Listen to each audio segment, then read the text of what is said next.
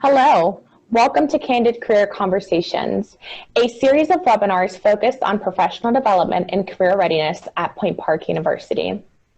My name is Jessica Hobson, and I'm the Director of Career Readiness. Today, we will be discussing ways that you can navigate your career journey during COVID-19. This webinar is sponsored by the Professional Career Readiness Center. The Professional Career Readiness Center is an educational and resource center that provides programs and services to enhance student success by creating opportunities to achieve career readiness, increase knowledge of career pathways, and also connect to experiential learning opportunities such as internships and co-ops. Before we start today's discussion, I have a few housekeeping tips to make you aware of. All participants who have joined us today have been muted automatically to benefit sound quality. Please take a moment to locate the chat function on your screen. Throughout this webinar, you will be able to submit your questions for further review and response using that chat function. I will also be serving as your moderator for today's discussion, so let's jump into it. Today, we will discuss ways that you can navigate your career during the COVID-19 pandemic. In this session, we will cover job search strategies, COVID-19 specific tips, as well as methods that you can use to advance your career right now. We will be joined by Sabrina Clay, Street Team and Community Engagement Specialist for PA CareerLink. Launched in July of 2012, PA CareerLink is a part of the Pennsylvania Department of Labor and Industries initiative to transform the landscape of how job seekers find family-sustaining jobs and how employers can find those candidates that they need the most. Through this initiative, a user-friendly premier job matching system has been created to help better bridge that gap between job seekers and employers. Sabrina, thanks so much for joining us today, and welcome. So Sabrina, our first question, tell us a little bit about your background as well as your position at PA CareerLink. Good thing, Jessica. So my background is in nonprofit community social services, and I have worked with multiple programs throughout Allegheny County, such as juvenile justice, workforce development for youth in school and out of school, adults 18 years of age and over, job training for students in food service, housekeeping, shipping and receiving. I've also touched on a couple of years ago, the employer I used to work for owned the Ben & Jerry's downtown, and it was a training center. So I also assisted with, I oversaw that site, and I assisted with customer service and retail experience for some of our youth.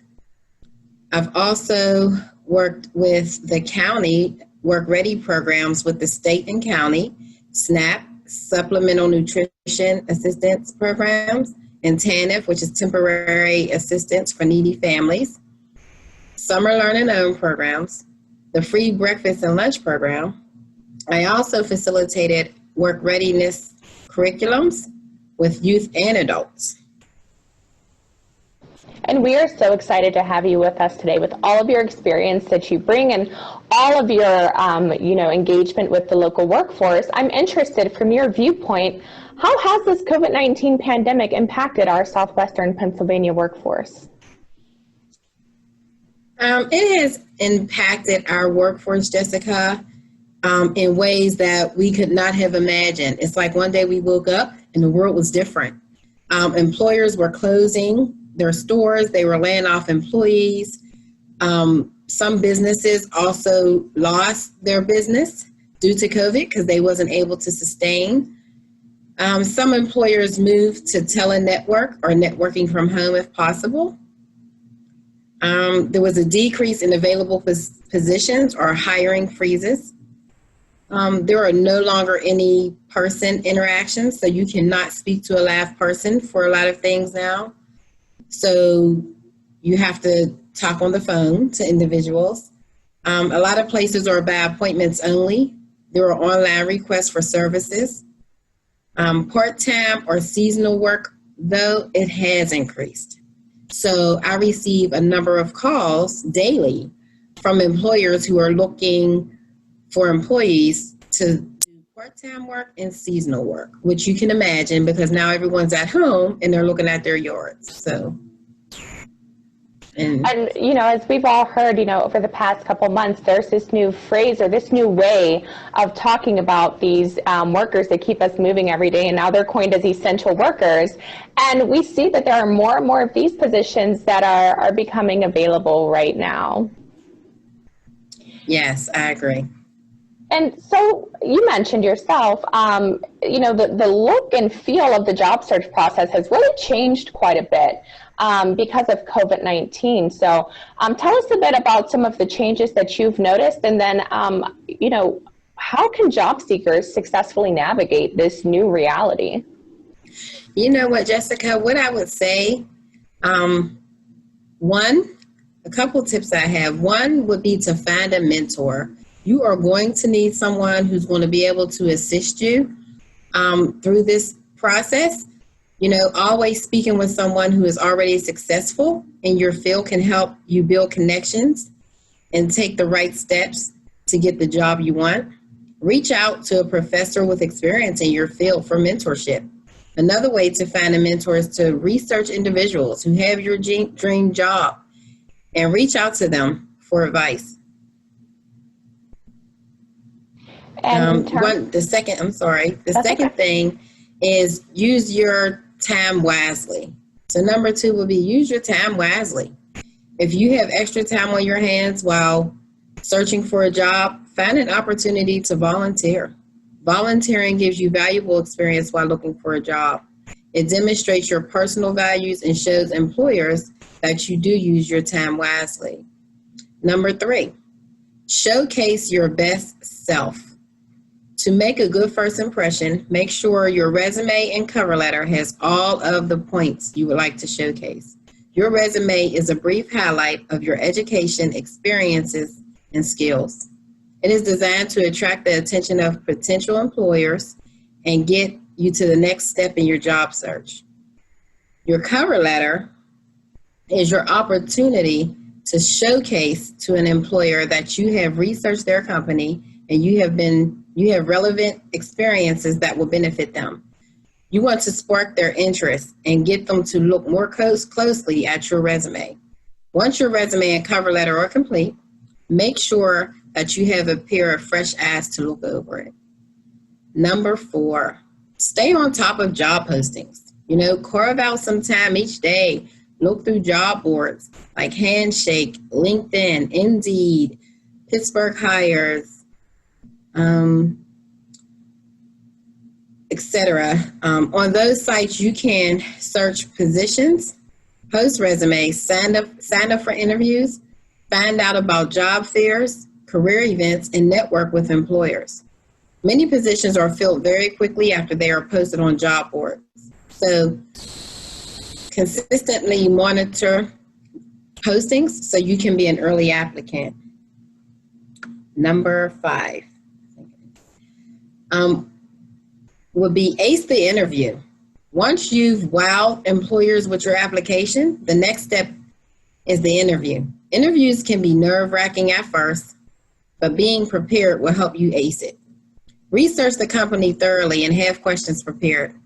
You can also use a web-based program to practice your interviewing skills. You can select your questions and a professional interviewer will appear on your screen and you can ask them. Respond just as you would in a real interview. You can record an unlimited amount of practice interviews and send them to professors, friends, and career center staff or personal people that you have in your life, just for review and feedback. This will help with being prepared for online interviews. Just remember to make sure your technology is ready prior to your virtual interview.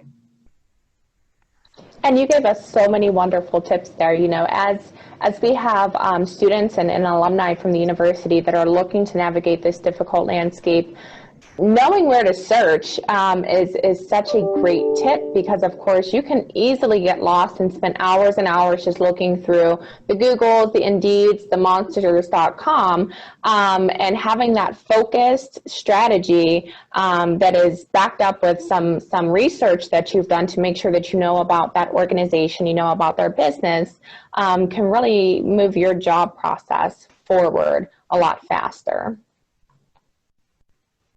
And so, we've gotten some tips for folks who are looking for these positions. So once someone finds a position and they're preparing their application materials and such, what are some tips and strategies that you have to, help these candidates stand out as a top candidate who's qualified and ready to get to work?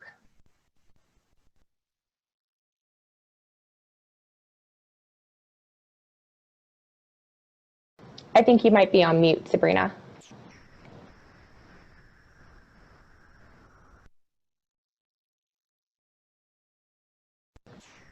Can you hear me?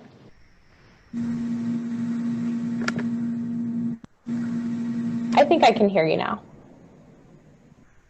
Oh, no, I can't. Okay. Oh, yes, I can hear you. Thank you. Okay, you're welcome. Turn that out. Thank you, Jessica. The first thing I would say is take advantage of those virtual resources. Most colleges have career services, available to students to help them during the internship and job search, such as resume support for undergraduate students. And they also have alumni services. This is a good time to take advantage of LinkedIn Learning trainings at no cost.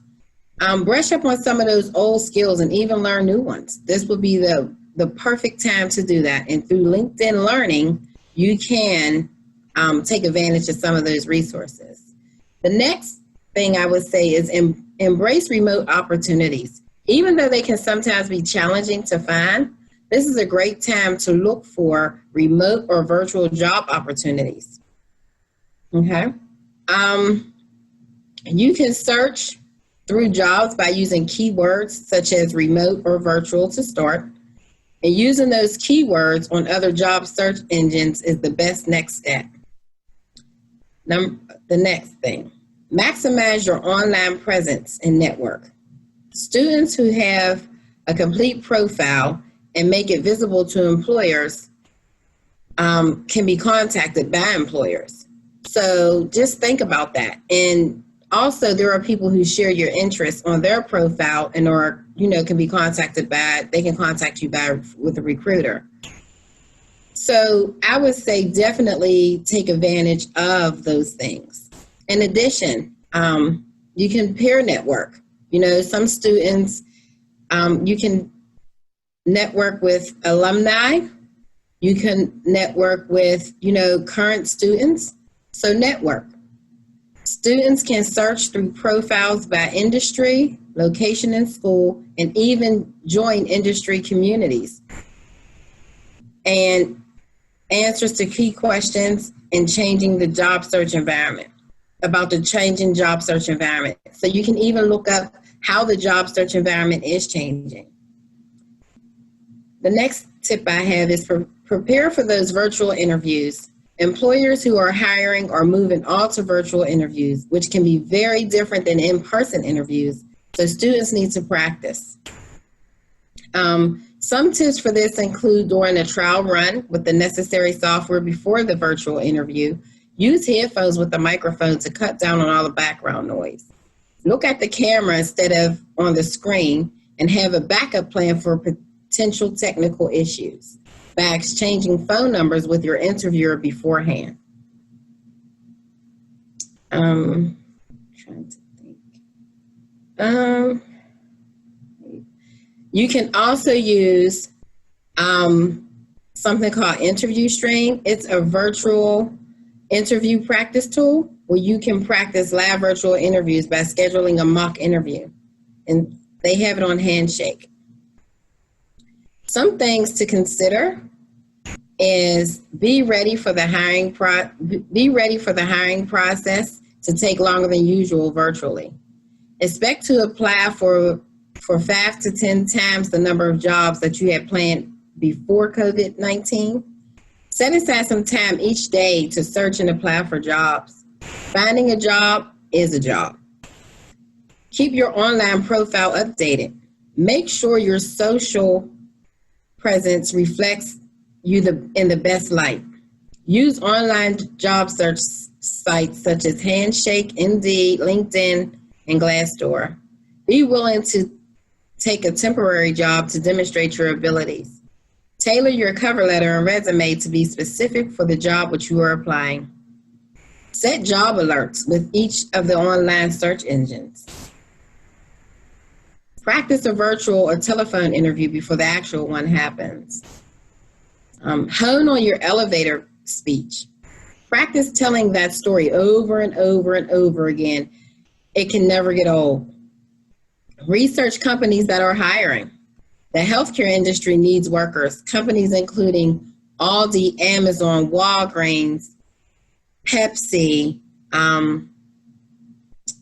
UPMC, Allegheny Health Network are looking to hire thousands of employees. Big tech companies also, such as Apple, Facebook, Google, they're looking for thousands of workers in cybersecurity, data science, and software engineering. So before your video interview, be aware of your surroundings. Dress professionally. The interviewers can see everything around you, so be sure your background is neutral and professional. You see, I have a virtual screen. You can also have a virtual background. Check the technology ahead of time to ensure it works. Check both the sound and video. The video interview requires practice. Make time to practice, review, and correct. Before your phone interview, take the phone interview seriously. Make sure you are in a quiet place and not distracted.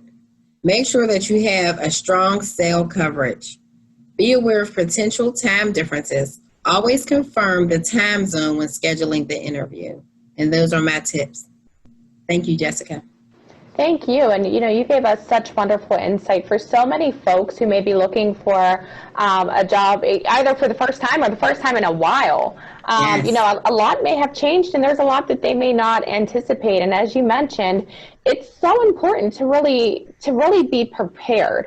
I just heard a story earlier about a student who was going on an interview and he went out on a whim and asked the interviewer for the questions. Surprisingly, that interviewer gave him the questions. Now, we know that that is not typical, but it goes to show that whenever you put some preparation into it, you may be as prepared as you need to be or over-prepared, and it may really work in your benefit.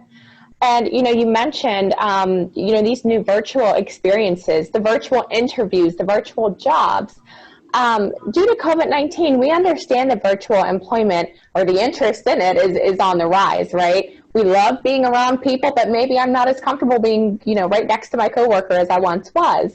And organizations are really looking for those ways that they can keep their staff happy, healthy, safe, and comfortable, because we know if someone's not comfortable, they're not going to produce good work. So for those people who may not be comfortable returning back to the physical workplace right now, what tips or recommendations do you have for them to find these virtual opportunities, find the quality opportunities, because we know there are some scam opportunities out there, and not only to find them, but to succeed once they do get these opportunities?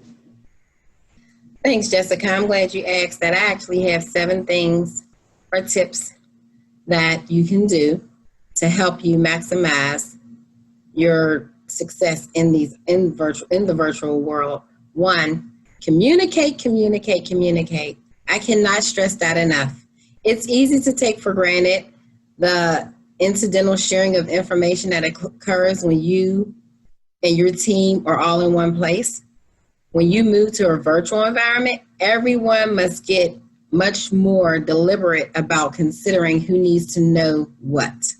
A quick 15-minute Zoom or FaceTime calls or a Teams meeting will help you to keep your finger on the team's pulse, especially during a period of transition and uncertainty. So you definitely you want to communicate as much as you can. No question is a stupid one. I feel like the only thing it can do is just add to, your curiosity. Number 2, take advantage of all of the tools available. There are a wide range of tools out there that are designed specifically to help teams stay well connected and coordinated in your efforts, even when you're spread out across the country. So just as I talked about Zoom, Teams, I even see messenger rooms or something. So there are a lot of tools out there that can help you. Number 3, create a designated space to work. While it's not uncommon for a person to grab their laptop and sit on a couch or sit on a porch during a video call, flexibility is one of the greatest features from working from home. It is important to have a base to work from, even if it's just a folding table in a corner of your bedroom. You need somewhere to keep all of your materials organized and easily accessible. Having a designated space also makes it easier to walk away from your work at the end of the day. Number 4, routines are very important. Establish a workday routine. Even if your organization wants to have a firm policy about when an employee needs to be at their desk during the workday, a couple of things to keep in mind. Many people get back as much as 2 to 3 hours in their day when they're not having to commute and get ready for a day at the office. That could offer some great flex time organizations and staff can take advantage of in numerous ways. Number 2, when you're physically at the office, your day is naturally broken up with people popping by your desk to talk or meetings that you must physically get up and attend. When you're working from home, you need to be more deliberate about building breaks into your day.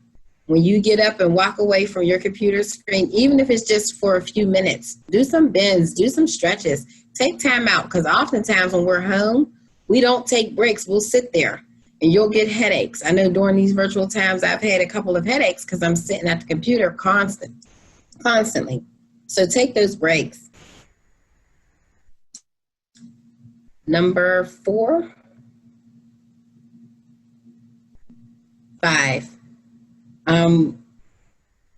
clear expectations. It is essential that you have a clear understanding of your scope of work, responsibilities, and decisions rights. Outcomes and deadlines must be firmly established and articulated for all projects. Make sure that you are clear on expectations about work hours, availability for working remotely, understanding that there is no right or wrong answer. It's about what best positions you and your team to meet its goals. As a remote staffer, don't be shy about clarifying expectations or responsibilities with your manager. This is crucial when you're transitioning into a virtual environment or starting a new project. Number 6, get your technology right. While working remotely, make sure you are setting yourself up for success with the right tools. Dependable internet and phone service, and a good webcam and microphone, a reliable printer or scanner, a headset, those things are a must. Make sure you have tech support options for troubleshooting. Phone numbers are the best, because what if you're trying to send an email and your internet goes down? So at least if you have your phone, you're able to call tech support. So always have that tech support number handy. They will be your best friend.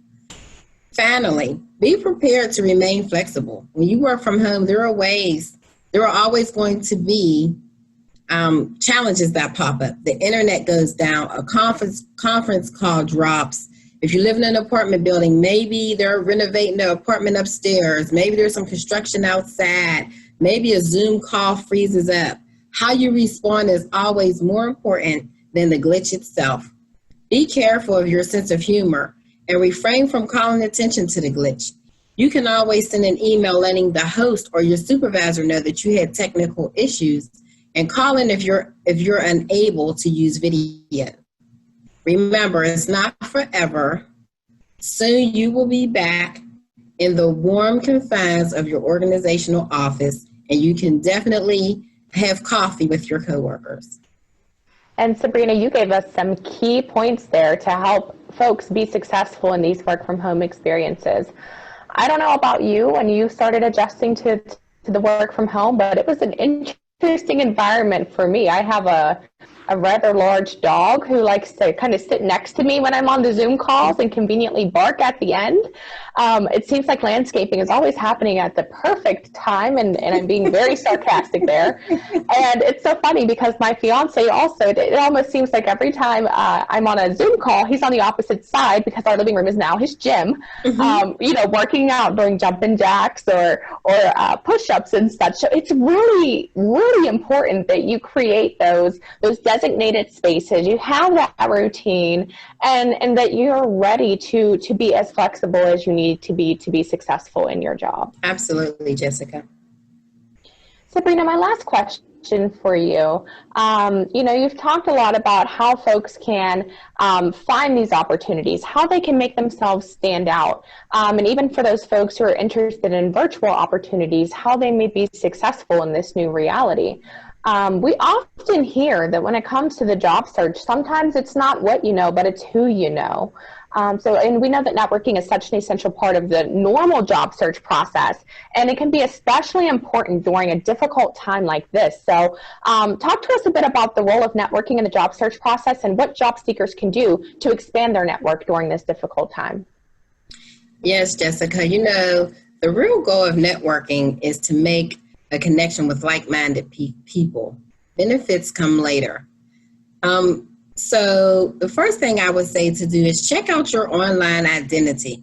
The first step to consider is how people perceive you. So when your name is mentioned, what adjectives come in mind? Everyone has a personal brand, whether they like it or not. So it's important to keep your online profile up to date. Another thing would be to audit your network. This is not the time to email the hairdresser you visited, on a gap year. This is not the time to, talk to the barber, make connections that way. Just kind of ask yourself whether your network is good enough for where you want to be in 3 years. If not, then definitely, who is missing, and work out a sensitive way to get in touch. The next thing I would say is make it personal. When reaching out, don't be afraid to mention the pandemic and the effect it may be having. Ask people how they're coping, how it's affecting them, and what challenges they are facing. Take time to chat, as so to put them at ease. Ask, how has the crisis been affecting you? How are you getting on? How is the virtual world? What does that look like for you? In under 10 seconds, you can have a rapport and build a little bit of empathy. It goes a long way. The next thing I would say is get comfortable with the technology. It doesn't matter what platforms you use, whether it's Teams, Zoom, Google, Handshake, Skype. The important thing is to show up accordingly. People are a lot more forgiving about technology now, as so many of us are working from home. When things go wrong, I just remind them that we're all human. Just looking into the camera when you were speaking online is a good practice. But it doesn't matter if you forget to do so or you're confused about where to look. Just as long as you show up and do your best. The next tip I would have is realize that you have something to offer. Recognize that you have value and just need to find those who want your help. It's all about helping others. You need to be confident that you have the skills and knowledge that can help others. And just remember, it's always a two-way conversation, even though we are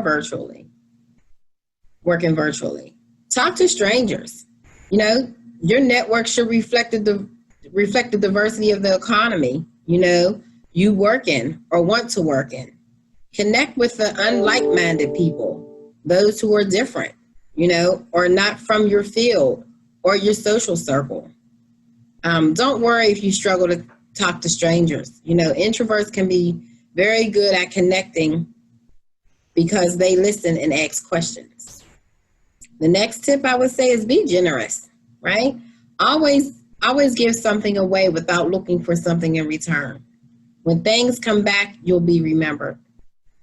The next tip would be ask for help. An easy way to forge a connection and make the other person feel appreciated is to ask for help or advice. This is always welcome. People love to be useful, whether that's with practical stuff or with making an introduction.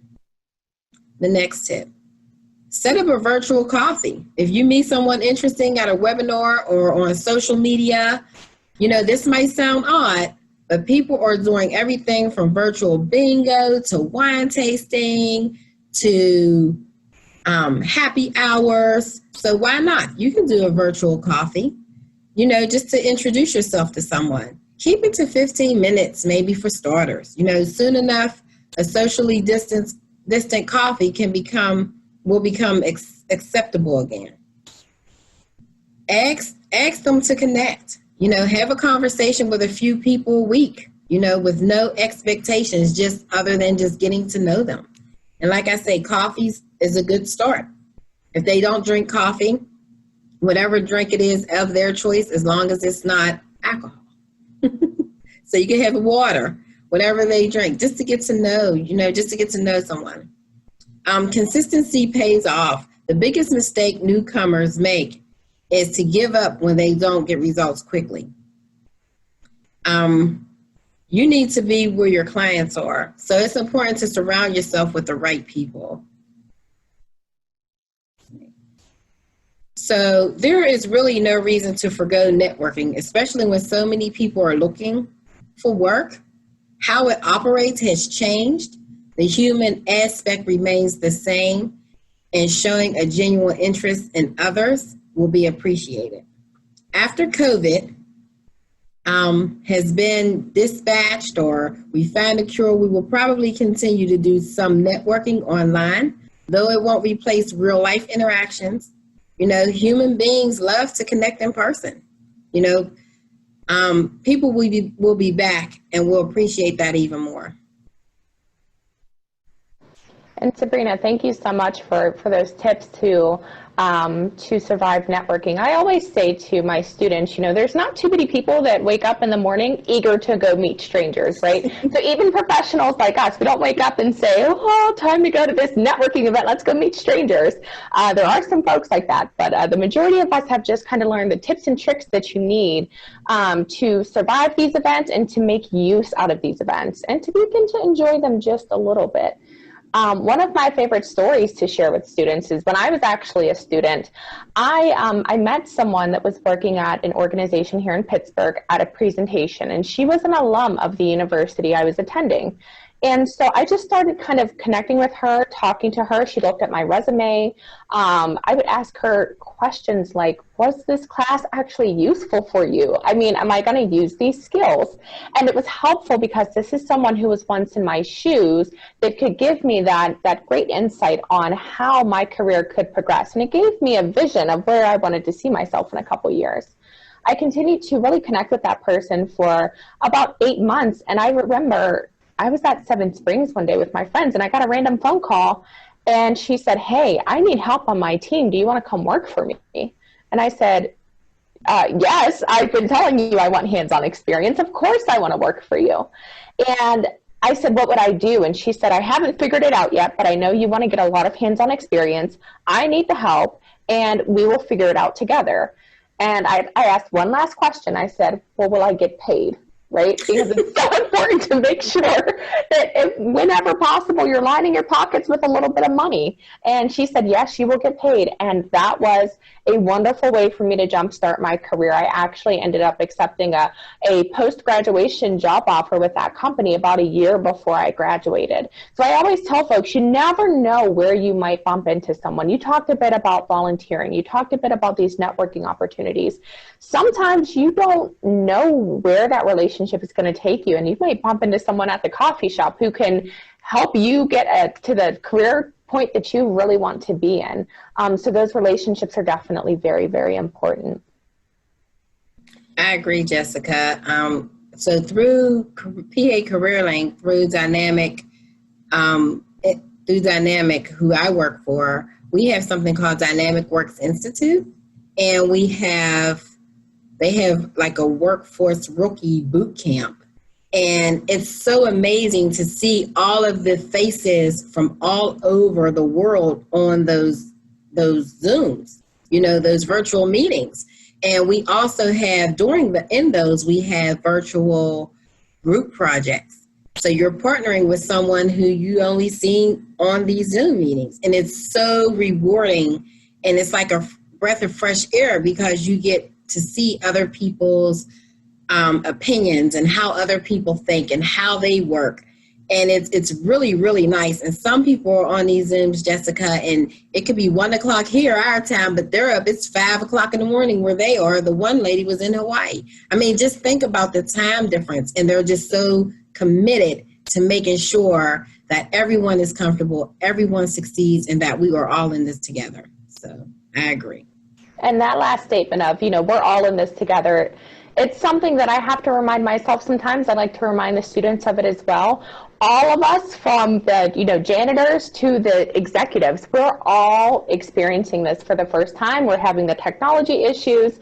We are just making it through day by day. So it's so important, especially during this difficult time, as it pertains to your career, but also just your personal life, to remember to be flexible, to be patient, and to remember that there's no perfect way to go about this situation. This is, COVID-19 is not something that someone necessarily anticipated that was going to happen. So, Sabrina, thank you again for providing all of that great insight. I have one last question for you. It's kind of it's unscripted here. What are you looking forward to doing the most once this is all over and we can actually get back to semi-normal life? I look forward to planning, so there are friends and associates and family that I don't get to see often, but I am definitely going to be committed to having a family weekend. Mm-hmm. I would like to have an all-girls weekend. Oh, yeah. I would like to have a week with no children. I need at least 3 weekends out of the month where I'm committed to doing something. And it does not have to be the whole weekend. It could be, on Saturdays. Mm-hmm. But at least 3 weekends at least 3 Saturdays out of that month, I am definitely going to be committed to doing something different that I took for granted, right? That person-to-person interaction, I really took that for granted. And after COVID, I'm going to have me 3 events a month, Jessica, with people. And you know what? I agree with you. I feel the same. There's so many things that I've taken for granted. Just getting to spend time with family without feeling like you have to wear the mask and you have to socially distance and you have to have this questionnaire of, where have you gone in the past 14 days? It's going to be nice. And just to get the stress off of us as well. There's a lot of stress and anxiety surrounding COVID-19 as well right now. So Sabrina, thank you so much again for joining us. And concerns regarding COVID-19 and its effects on the job search, we know it can be really, really overwhelming. But it's really important for those job seekers to know you're not alone. And as a reminder to you Point Park students and alum, the Professional Career Readiness Center is here to help you successfully navigate your career journey. So thank you so much for participating in this Candid Career Conversation. We hope that you found this information useful, and we hope to see you at future events. Please make sure that you follow us on social media to keep an eye out for additional information, and also keep your eyes open for emails coming from our department. Thank you again and have a great evening.